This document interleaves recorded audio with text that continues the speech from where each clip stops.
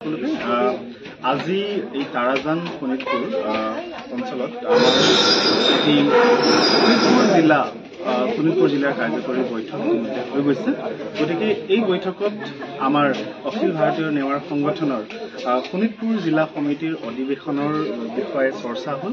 লগতে আমাৰ এই 19 এপ্ৰিলত আমাৰ এই বেল বিবাহ অনুষ্ঠান, লগতে আপোনাৰ এই বৰ্তবন্ধ অনুষ্ঠান আৰু আমাৰ জিলা অধিৱেশন কৰাৰ আমি সিদ্ধান্ত লৈছো। আৰু লগতে আজি এই বৈঠকত আমি তাৰাজান শাখা এটা গঠন কৰিলো এই শোণিতপুৰ জিলা অন্তৰ্গত আৰু 25জনীয়া কমিটি।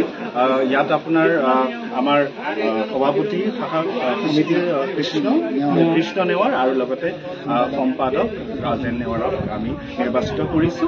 আৰু আমাৰ সেই 18-19 এপ্ৰিলত আমাৰ 15দিনীয়া কৰ্মশালাও হ'ব। আমাৰ কালচাৰেল যিটো ট্ৰেইনিং হয়, আমাৰ বাহিৰৰ আন্তঃৰাষ্ট্ৰীয় এটা গুৰু এজন আহিব, তেখেতে এই প্ৰশিক্ষণ দিব 15দিনীয়া অনুষ্ঠান। আৰু লগতে এই আমাৰ অধিৱেশনত এই আমাৰ কৰ্মশালাৰ যিটো অন্তিম দিন, তাত আমাৰ প্ৰদৰ্শন নৃত্য গীতৰ বা খান পানৰ আপোনাৰ প্ৰদৰ্শন হ'ব।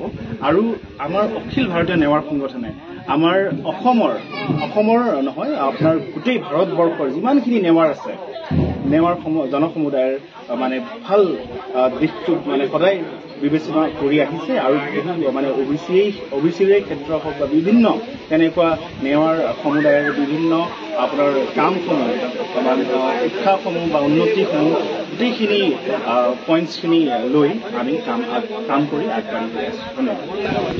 আমাৰ এই তৰাজান শাখাত আজি তৰাজান গাঁৱত আমাৰ অখিল ভাৰতীয় নেৱাৰ সন্মিলনৰ সমিতিৰ আজি শাখা সমিতি গঠন হৈছে। সমিতিখনৰ আজি মোক সম্পাদক আমাৰ কৃষ্ণ নেৱাৰ টুকলীয়া, তেখেতৰ সভাপতি বৰণ কৰি পেলাই মুঠ 25জনীয়া কমিটি গঠন কৰি পেলাই আমাৰ কাৰ্যভাৰ অৰ্পণ কৰিছে।